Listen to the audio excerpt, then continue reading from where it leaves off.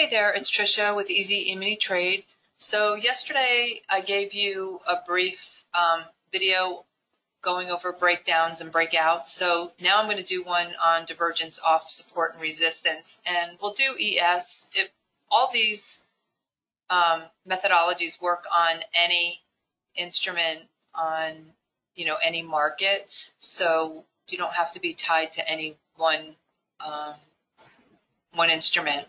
And I'll be doing a webinar on Thursday at 4 p.m. Eastern, and I'll go over in great detail, complete detail, on breakout and breakdown trades.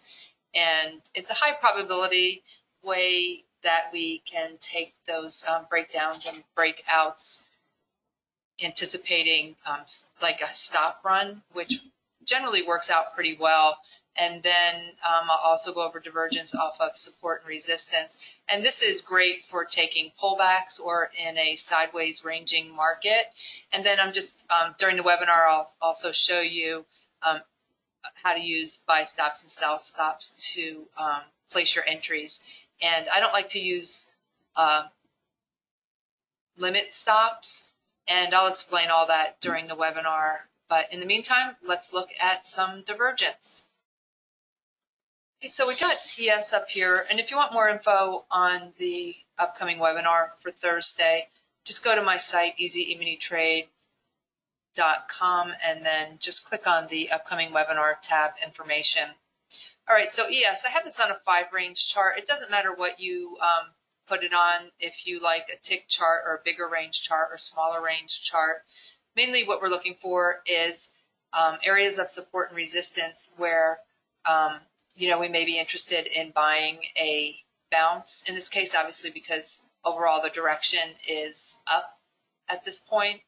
Or you can always take shorts as long as you know where support and resistance areas are. So in strong trending market, you're best to stick with the overall direction of the trend. So in looking at this ES5 range chart, and if you're not familiar with the range chart, each bar represents 5 ticks in price. So that would basically be each bar here is equal to a point and a quarter on ES. A 4 range would be a point, a 6 range, point and a half, etc. So in just sticking with support and resistance, this blue area that you see here is the market profile. So this is a fair value area high. And if you don't use the market profile, no worries. You'll find that if you look at this area here where price bounced off of the fair value area high at approximately 66 and a quarter, you can see in looking at the bigger chart, if you want to look at a minute chart, or if you want to look at a 5-minute chart, it was an area of realistically support and resistance from earlier as well. You can see that you've got high concentration of volume here on the 1 minute, and it won't matter what chart you put your volume profile on, it will look the same because it's calculating volume at the different price levels. So in knowing that we've got some support in this area here, if we wanted to anticipate buying a bounce there after this pop-up right here, you see you get the pullback to support. And so if we wanted to buy that, sticking with the overall direction of the trend for the overall day, even though it was very choppy, which you could tell by looking at the 1-minute chart or a 5-minute chart, when all you see are back and forth overlapping bars, then that's a typical day where you're not getting much follow through with runners basically. And if you look at your daily chart and you look to the left and you see all those overlapping candles on your daily chart, and price has spent many days in that same vicinity, you're going to find that the areas of support and resistance are going to become stronger the more that price keeps reacting at those areas. So back to divergence, you can see ES here coming down to support. You can see on price here, I have a lower low here, then here, and then I'm just looking at my green stochastic line, and these are the stochastics that we always use for our Slinky filter for our setup. That's the Slinky on the range chart, or even the 1-minute chart. So the settings on that are always the same. You can use MACD, you can use RSI, You can use anything you like. You'll be able to spot divergence. I just am a fan of the stochastic. So as you see price bouncing off this area and you get divergence, you could literally buy above this candle right here, anticipating the bounce off of this spot. And if you look back at the rest of the morning, and I'll just quickly go over them with you. One thing I do want to mention is that you can watch for divergence on a time-based chart, but usually it's going to take a lot longer to materialize. Like for example, here on ES earlier on the 1 minute chart, you can see higher highs in price here,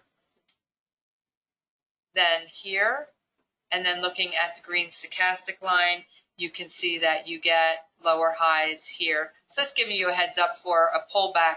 On a time-based chart, it may only be, 1 bar, and it could be the same on the range chart. But generally, what you'll find is if you're buying off support, it'll bounce up to the next area of resistance. If you're shorting off resistance, it will pull back to the area of support, providing we don't have a very strong trending day overall. Okay, and of course this is the end of the day. It's after 3:30, so you'll see some emotional trading going on here toward the end of the day. But looking at the 5 range here, I'm just going to go back to where the market opened at 9:30, and let me just get rid of a couple of these. These were setups for the slinky on ES from earlier, so let me just get rid of those. Okay, so starting at 9:30, and especially one thing I do want to mention on ES is that pre-market, you'll find that ES can get pretty range bound most mornings, and so if you have price holding support and resistance pre-market, you can use those to your advantage and buy support, sell resistance, and use a fairly tight stop.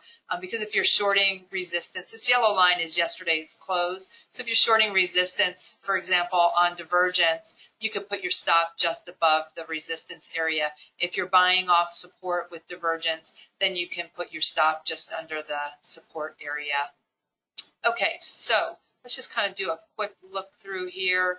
You can see up here, we do get a little bit of a reaction at yesterday's high, but I don't have any divergence up there. So I wouldn't be looking to short into yesterday's high, but if it maintained, this green line is yesterday's high as resistance, and we got divergence to the downside and we had been going sideways, then that would be an ideal place to short, but we don't really have that there. So looking here, if I look to the left here, I can see I've got this little general area of support, like wherever you get a swing low or price concentration. So you can see this little area here, and I'm just going to draw a line. This green line is yesterday's fair value area high. I'm just going to draw a line where we getting this reaction area here. And if I look back to when we got there, right here, I wouldn't be anticipating buying that at this point down here because I don't have divergence. When I get down here, I actually do have some divergence. And so I could actually buy off this area using,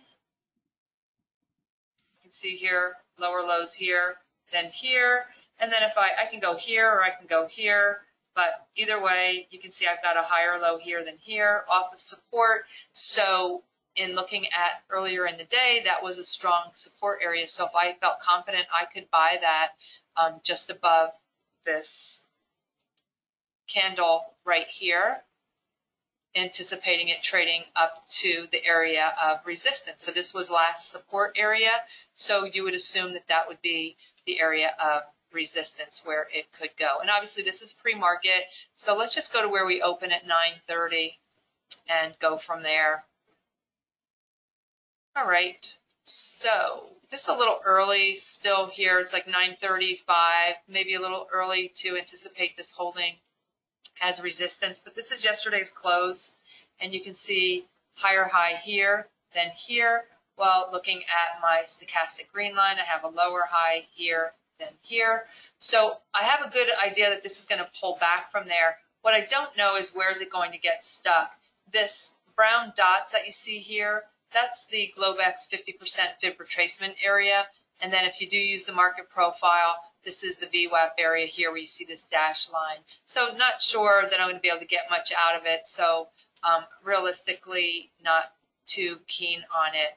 Then you can see here, trading up to yesterday's high.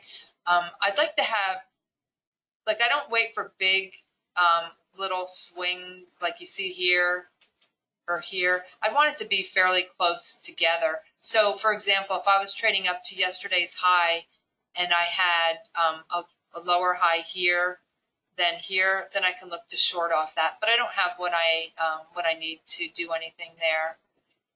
So it all comes down to the areas that you're watching in the way of support and resistance. And if you've got room up to resistance, if you're buying support, and if you've got room down to support when you're selling off resistance. Here's the one I already mentioned here, shorting off of yesterday's high. And then you would kind of look to the left. And if you're looking at your 1 minute chart, you can see that you've got a high concentration of volume in this area. So it's not necessarily telling you that you're going to be looking for runners on divergence, but realistically it will move in the direction that you anticipate. At least in this case, you'd be looking down to the next area of support, which you can pick out on your 1 minute, 5 minute, whatever you're comfortable looking at, and you have the easiest time spotting those areas. So here you can see that we're going sideways, holding yesterday's high as support here. We got above it, and now that green line is support, and not really getting much in the way of any great divergence here off this area, because I would want to see lower lows in price and higher lows on my stochastic line here, and I don't really have that, so not really anything I can do off of there at this moment. And then there are other ways buying off support when you get that 40-point gap in your stochastic on your range chart. We'll leave that for another video, but that's also helpful for buying off support and selling off resistance, or even taking pullbacks. Very often you'll find into the high or low of the day, you'll find that you'll get divergence, anticipating that price gives a new high and then it will pull back, and then a new high and pull back. And sometimes the pullbacks are very minuscule. So you always want to be careful. Anything that you do in against the overall direction. So you wouldn't necessarily be interested in shorting, close to the high of the day or at the high of the day, unless it was a very strong resistance area that had been holding. Here's some divergence here. You can see higher high here, then here, lower high here, then here. So we know that we're probably going to get a couple bar pullback. At this point, we don't really know what's coming, right? So this is all we can see at that point, right? And you can see this is a resistance area previously, right? It held here, but this is awful close to the high of the day, so I would not trust shorting off that. As we creep higher, I'd probably be more inclined to look for buys off of support on divergence to stick with the overall direction, unless price can, change its bias. But for now, would not be looking to short the high of the day, because it's just, obviously it's a riskier trade. And if you're sideways and you want to do that, makes perfect sense. But when you have the market creeping higher all day long, you realistically aren't going to want to mess with that, because the thing about divergence is that it may only pull back 1 or 2 bars. It doesn't necessarily mean that it's going to roll over and you're going to get a runner out of it. So I hope that makes sense. All right, so now we've got support here around 61.75. You can see it from back here. And if you look at your 1 minute chart or 5 minute chart, whatever chart you have your volume profile on, you'll notice that that's a high volume area. If you want to use a 15 minute, but here you can see lower low here, then here, looking at my green stochastic line, higher low here, then here. So you could buy above this candle here, right here, and you'd be looking up to the last area of resistance, which would be right in this area here, around 66 1/4. and that would be where you'd be basically looking at for your target area. We have a little divergence here, but like I said before, I wouldn't be shorting it just because of the overall direction, but you can see higher highs on price and then lower highs on the stochastic. And I'm looking at the loop here and here with the swing here and here. So we already know we don't want to short it, but let's say we were long and we saw divergence like this. This would be a heads up that price is going to pull back. So you can use divergence to manage your trade position, as well as anticipate buying support and selling resistance. And you'll see it repeatedly on any instrument that you trade. You just have to get used to looking for it. And you don't have to look for it in every single little price bar. You're going to be looking for it at reference areas where you're anticipating a reaction. And then you can decide if it's worth your while based on how much room you have up to resistance when you're buying support, or down to support when you're selling resistance, to decide if you wanted to attempt it. And you can see we have some divergence here. So I'm just going to mark it, lower low here, then here, higher low here, then here. So what I need to do is I need to see in this area if I've got any support around the 56. So I can look at my I can look back on my range chart here and just kind of slide backwards. And you can see I do.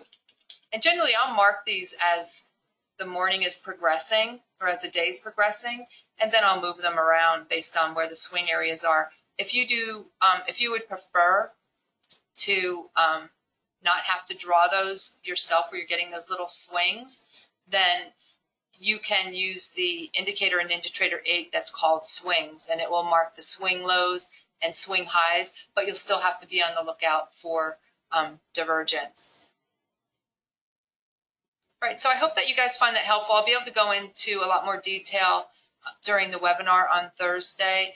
And if you have any questions, of course, send me an email, and I look forward to hearing from y'all. Take care, you guys.